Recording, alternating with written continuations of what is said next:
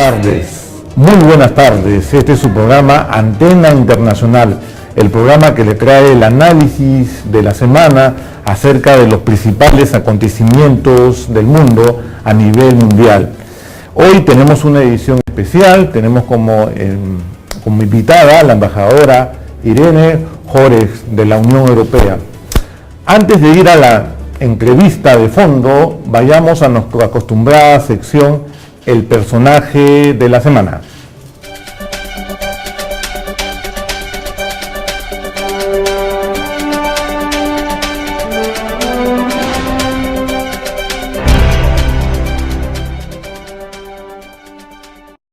De la semana no es nada menos que el señor Leopoldo López, el ex alcalde del distrito de Chao en Caracas.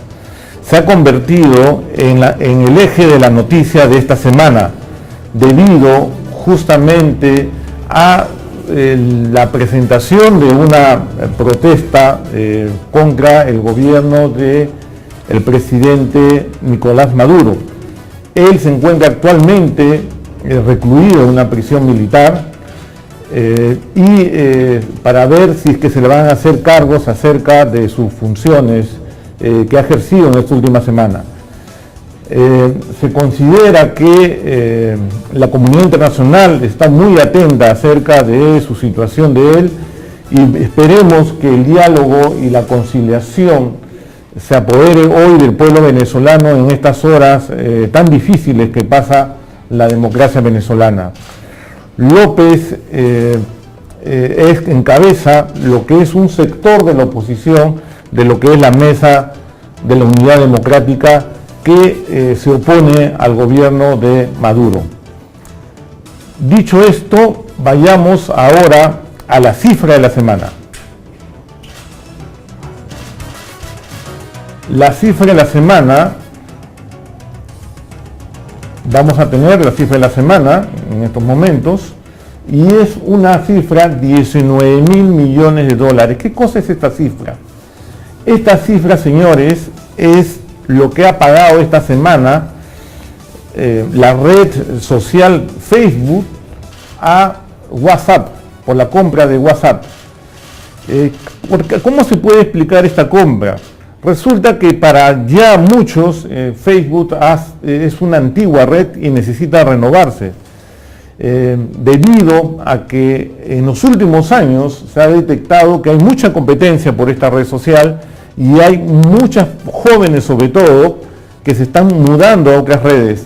En este deseo de poder mantener a los jóvenes como cautivos, es que se puede explicar esta compra por una cifra récord nunca vista antes en el pago de una red social, 19.000 millones de dólares. Dicho esto, vayamos ahora a nuestra entrevista de la semana. Y buenas tardes, señora embajadora. Muy buenas tardes. Sobre la Unión Europea.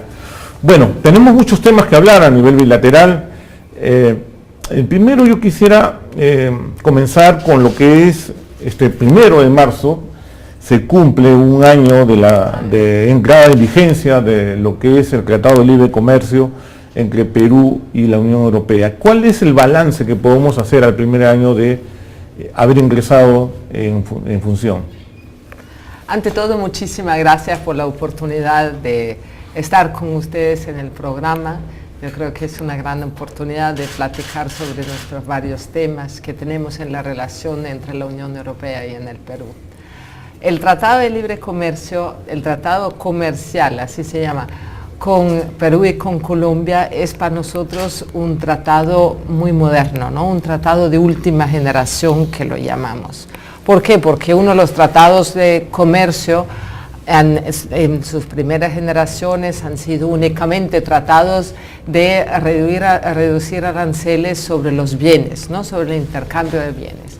Ahora se han agregado otros temas, y ahora en este último tratado ya estamos tratando temas no solo de bienes, sino también de servicios, que es una cosa muy importante, el intercambio también en los servicios. El tema de la propiedad intelectual, y muchos temas que tienen que ver con la gobernanza económica, ¿no? Por ejemplo, el tema de licitaciones públicas. Es un tema muy importante.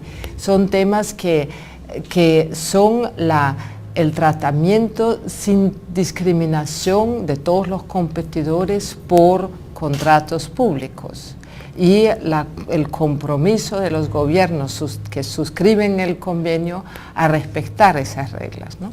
Y esto y varias otras reglas y que pueden ayudar a diversificar las economías, que pueden ayudar también a pequeños operadores de ingresar a mercados. Y eso yo creo que es muy importante, ¿no? Porque deja el juego a las fuerzas del mercado, al mejor competidor, a la mejor oferta y en cierta medida despolitiza también la economía, cosa que es muy importante también para los consumidores. En estos últimos 2 años han sido años difíciles para todo el mundo, ¿no? Han sido años en el cual, en general, de crisis, en el cual ha afectado las exportaciones. En el Perú específicamente ha afectado en las exportaciones de los, vamos a decir, los productos tradicionales. ¿Cómo vamos en los productos no tradicionales que nos interesan también cuando tiene valor agregado? Por supuesto, yo creo que es un tema muy importante, ¿no? La crisis ha afectado, ¿no? La crisis ha afectado a todo el mundo y en parte se ve también en las cifras comerciales. Pero sí, y una parte de las cifras comerciales de las exportaciones del Perú siempre son las variaciones de los precios de minerales en el mercado mundial y que cuando uno ve fluctuaciones de exportaciones peruanas siempre hay que tomar en cuenta ese dato. Ahora, las no tradicionales hacia Europa han crecido en el último año, que han sido, y como usted dice correctamente, yo creo que son estos datos de cómo se han comportado las exportaciones no tradicionales, porque son ellos que conllevan el valor agregado, el mayor valor agregado, dicen algo sobre el comportamiento, la economía real del país, ¿no? Y porque, como dije, el otro es muy sujeto al precio internacional, ¿no? Entonces, en lo que se ve en las exportaciones peruanas hacia Europa han crecido y con la mayor parte de ellos son productos agropecuarios, la palta, espárragos sobre todo, uvas también en la pesca, pero también los textiles, por ejemplo, ¿no? O sea, cuestiones de textiles o insumos químicos sí han venido creciendo. Entonces, esperamos que podamos trabajar con las autoridades peruanas y cooperando, apoyando también esas capacidades para diversificar aún más las exportaciones. Ahora, una cosa que es interesante, Perú exporta más valor a la Unión Europea que las importaciones de la Unión Europea hacia Perú, que eso es un dato muy importante para ustedes. Así es. Los principales inversionistas en el Perú están en la Unión Europea. Sí. Es el principal bloque donde más invierte en el Perú. ¿Tiene algún efecto, ha notado un efecto, mayor interés de inversionistas en estos últimos años con respecto a Perú? Perú es muy atractivo para inversionistas. Tiene que ver con la estabilidad de la economía, con la estabilidad de la política macroeconómica, con la relativa estabilidad política del país también. Entonces, en estos últimos, para Europa, los tratados de comercio y la facilitación de las inversiones en el exterior es parte de la estrategia de salida de crisis. Y efectivamente hay capital europeo que busca diversificar también sus inversiones y se ha venido implantando aquí en el Perú. Últimamente, los países de la Alianza del Pacífico se están presentando en bloque. ¿Qué tanto ayuda que se presenten en bloque la Alianza del Pacífico? Últimamente estuvieron en Europa, en Davos específicamente, presentándose en sociedad. ¿Qué tan importante es que los países se puedan presentar ante una comunidad en bloque, países que tienen semejante sistema económico y semejante sistema político? Bueno, yo le devuelvo la pregunta. ¿Qué diría usted? Yo vengo de Austria, entonces Austria es un país chiquitito. ¿Qué tanto si se presenta Austria solo o si se presenta como Unión Europea? es bastante sencillo, ¿no? En ese sentido. Yo creo que para nosotros la Alianza del Pacífico es un modelo de integración o un movimiento de integración muy interesante, muy novedoso, y es porque es el primer ejemplo en América Latina que es muy pragmático y en un año y medio de existencia ha logrado muchísimo. O sea, va a unos pasos vertiginosos, y justamente porque se está basando en intereses muy obvios para todos, ¿no? O sea, es una integración económica ante todo, busca la desgravación de aranceles entre los países, a agrandir las ¿cómo se dice? A conformar mercados más grandes, y si estos mismos gobiernos están hablando de una sola voz en los foros internacionales, es lógico que se hace notar. Además, son países grandes, son países de muchos recursos, de mucho potencial, de futuro también, países en crecimiento, con mucha dinámica, los 4 países que lo conforman, y en conjunto son, no recuerdo bien podrían ser la cuarta potencia comercial, la octava potencia económica del mundo. Entonces yo creo que es algo muy interesante del cual los peruanos y los demás integrantes de la alianza pueden ser muy orgullosos también. Vayamos al tema de la cooperación bilateral, la que ha sido muy intensa siempre entre Perú y la Unión Europea. ¿Cuáles son los principales programas de cooperación que están vigentes? De especial interés es, por ejemplo, hemos tenido en los últimos años de vida la necesidad de que nos apoyen en esta lucha constante contra estos males que es el narcotráfico. Claro, y para nosotros eso sigue siendo una constante, ¿no? O sea, yo creo que hemos hecho un desarrollo y una cierta mutación en nuestro enfoque hacia la cooperación con el Perú. Ya no es una cooperación, digamos, al desarrollo, ¿no? Porque el Perú, digamos, es un país de ingreso medio, es un país que se está desarrollando rápidamente, y muchas cosas que, o sea, es simple, sencillamente es responsabilidad del Estado peruano y lo está asumiendo como tal.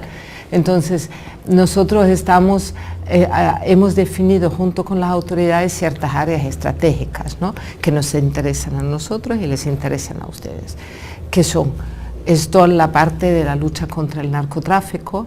Espero que a inicios de marzo vamos a poder lanzar un nuevo programa de apoyo bastante masivo a toda la estrategia contra la droga que está manejando de vida, que eso es un gran punto, ¿no? Y tiene algo novedoso porque también los Estados miembros de la Unión Europea están entrando como consorcio para que hagamos un solo programa de apoyo de manera coordinada.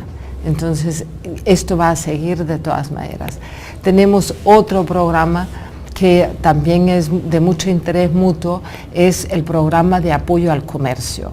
O sea, dentro del mismo acuerdo que hemos suscrito, también asumimos, hay un compromiso de cooperación en buenas prácticas, en apoyos institucionales, también en apoyo a las pequeñas empresas para sacar beneficio también y para poder aprovechar el acuerdo.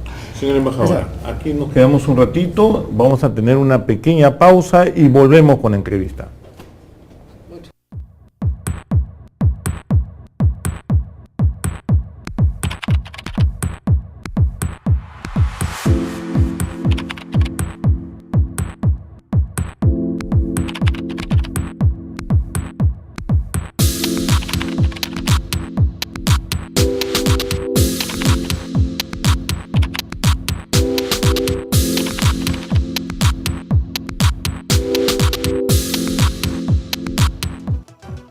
Continuamos con la entrevista con la embajadora Irene Hoger de la Unión Europea.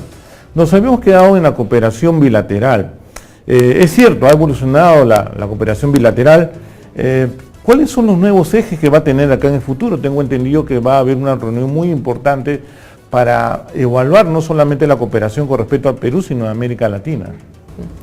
Claro, porque nosotros tenemos una cooperación en dos niveles, ¿no? Uno a nivel bilateral directamente con el Perú y otra a nivel regional, que es Unión Europea-América Latina. Y los ejes que se trabajan son, por un lado, lo que decía antes, o sea, todo lo que es el apoyo al comercio, pero hay otros ejes que son muy interesantes de intercambios en ambos lados.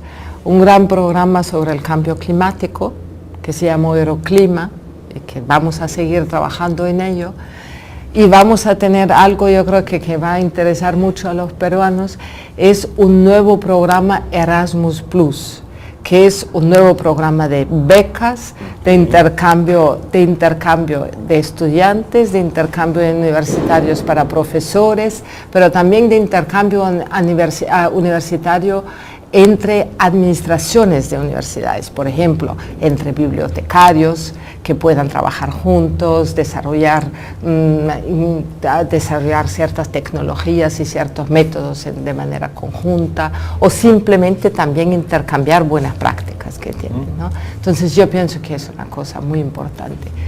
Otro programa bastante grande es un apoyo a inversiones.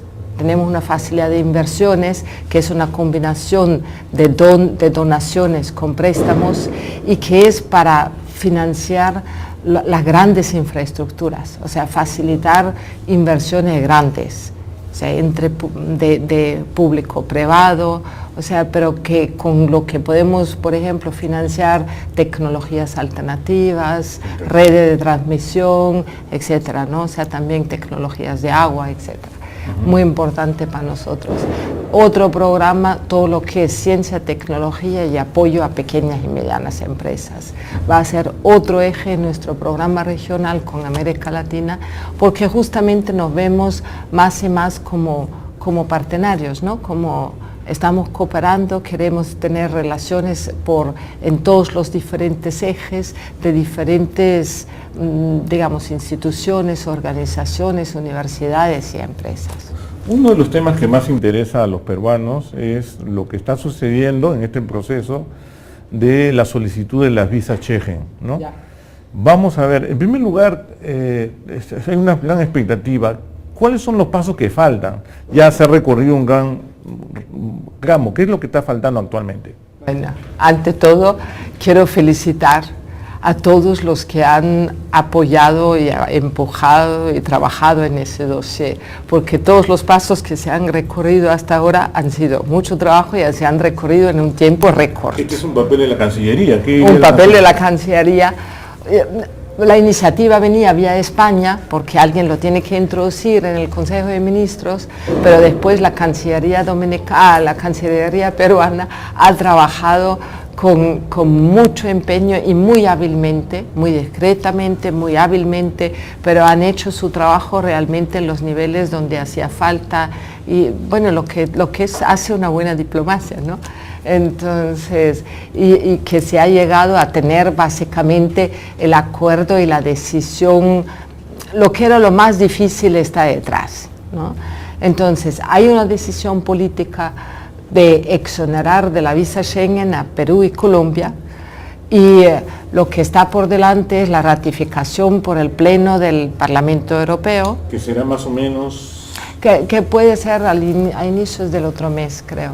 ¿Ya? O sea, pero al más tardar a inicios de abril, o sea, porque se terminan las sesiones del Parlamento Europeo. Entonces va a ser ratificado por el Parlamento y después sigue un proceso técnico, de evaluación técnico, de evaluación de riesgos y la negociación de un acuerdo técnico entre los países. Es decir, si viajamos, o sea, si los ciudadanos de ambos lados viajan sin papeles, cuáles son los requerimientos de documentación, cuáles son los requerimientos de seguro, cómo nos organizamos cuando en caso de persecución de crimen organizado, cómo nos organizamos cuando hay problemas de inmigración ilegal, cómo nos organizamos, son ese tipo de cosas, ¿no?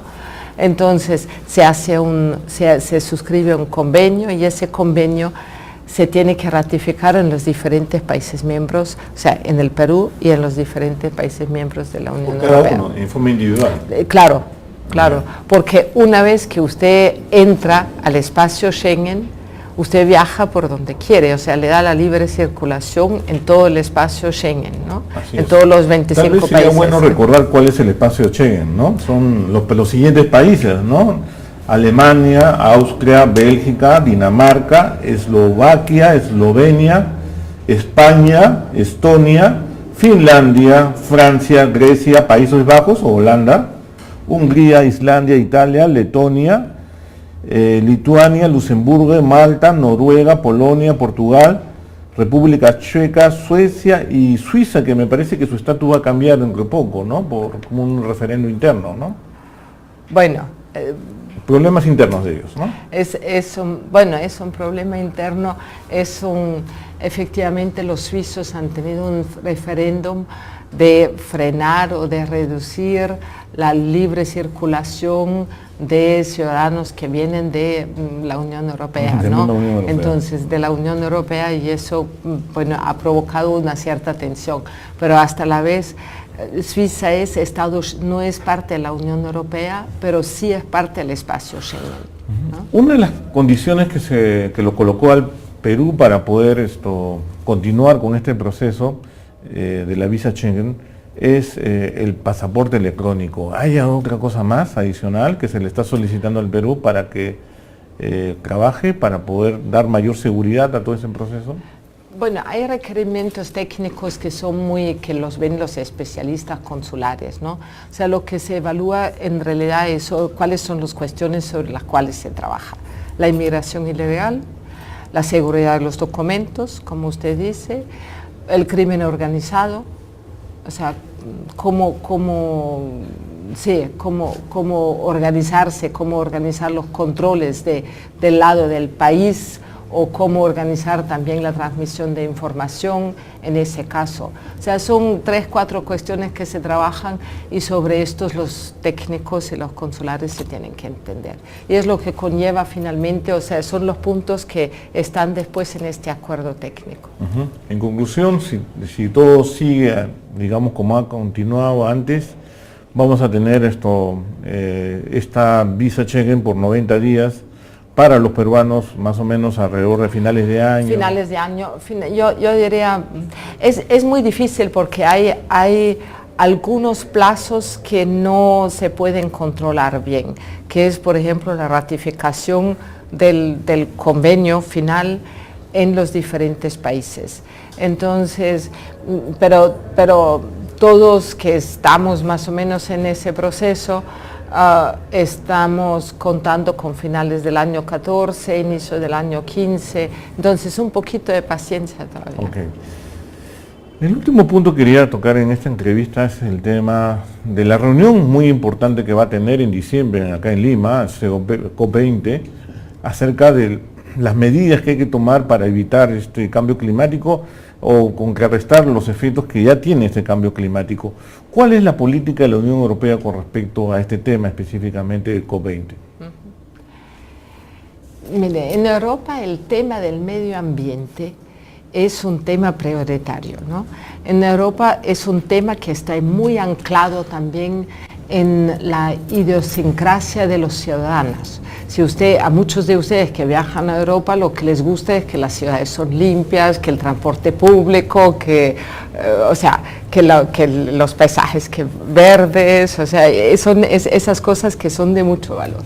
Entonces, los países europeos se han comprometido han sido todos partenarios del protocolo de Kioto, y desde entonces se han auto-otorgado límites o reducciones de emisiones bastante fuertes, lo que ha conllevado a Europa a cambiar la matriz energética, cambiar los patrones de producción. Si usted ve, automóviles de hoy han reducido el gasto de combustible a, de 15 litros a 100 kilómetros que se necesitaba hace 20 años, entonces ahora son quizás 4 o 5, o sea, se ha cambiado bastante. Si va a las ciudades va a ver que el transporte público se ha desarrollado, muchos incluso carros de alquiler y de público, muchas bicicletas, o sea, se ha cambiado todo un patrón también.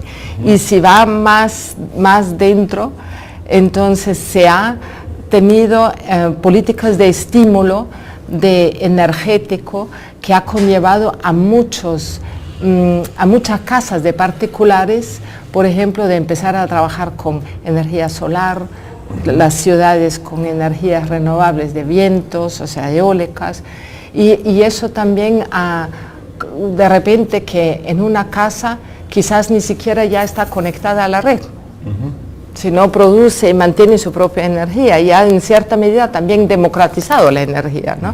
Entonces, hay una adhesión muy fuerte. Ahora, específicamente, ¿cuál es el apoyo que le va a brindar a COP20? Déjeme solo decir, ahora,